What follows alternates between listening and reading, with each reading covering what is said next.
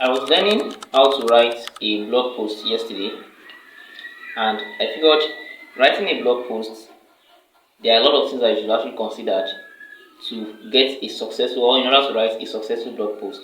So I learned a lot in writing this blog post of a thing, and I feel like sharing what I've learned here on YouTube. So I noticed that there are some important aspects in blog posts, like the intro, the main body, and the conclusion. Okay, like they are very important, and the key and the topic as well. Okay, so let's say for example, how to create your portfolio as a ghost writer, how to create a portfolio as a ghost writer as a beginner, how to create a ghostwriter portfolio as a beginner. Yes, let's say that's like the topic. So in your introduction, you should actually, the way you compose introduction should be, you can use statistics, okay, maybe to like according to so research, so and so things have happened, and you can also use stories. Oh, I remember sometimes when I was trying to create a reach to a client, and this and this and this and that happened. Okay, you can use analogy also. Okay, in creating your introduction, in writing ghost,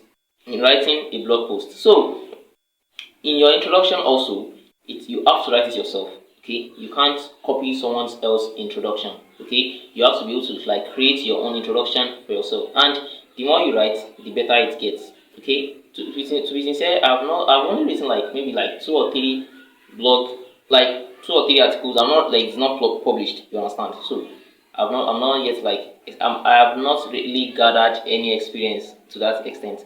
So the body of your work, the body of your work should be clear. Okay, you should make it clear and concise. You should make it conversational, as if you are talking to like a 5-year-old boy. You should make it.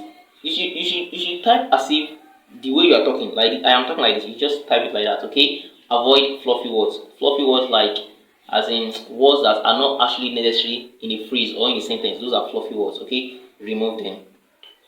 Okay, so for example, I said words that are not actually necessary. You can just say words that are not necessary.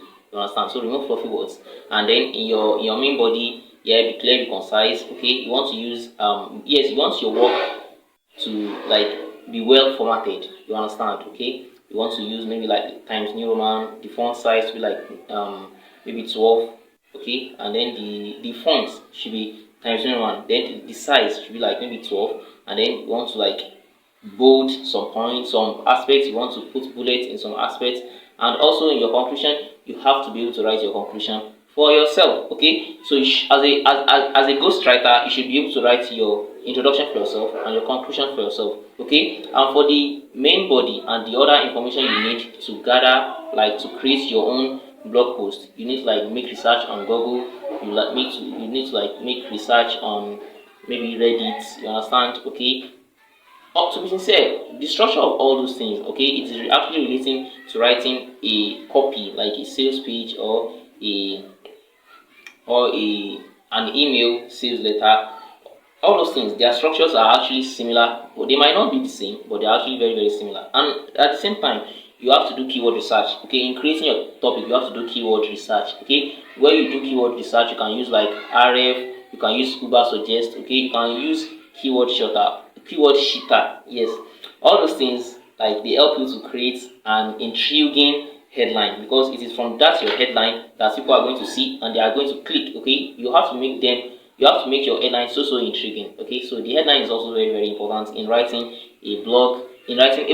Okay, so you can in writing your headline, you should lay emphasis on it, but not as that of writing a copy. Okay, so you want to write a headline for a blog. Okay, you can use like numbers. Okay, 5 ways to create a ghostwriting portfolio, okay, as a beginner, and you can use how to, okay, like how to do something. Okay, how to create a ghostwriting portfolio as a beginner. If like you can, and then you can use something like a question.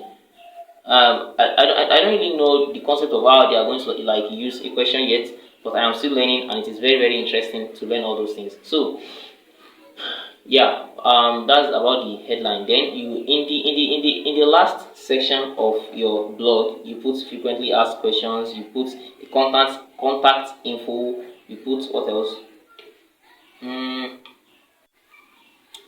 maybe the link of your, maybe if you have something to like sell to your audience, you can put the link there. And yeah, that's how to write a blog.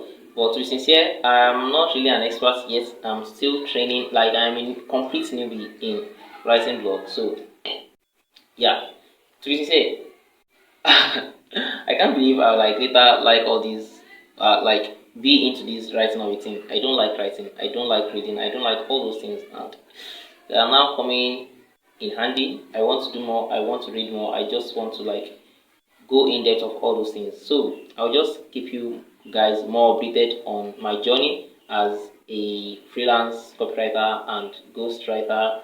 And I think that is all for today. Cheers.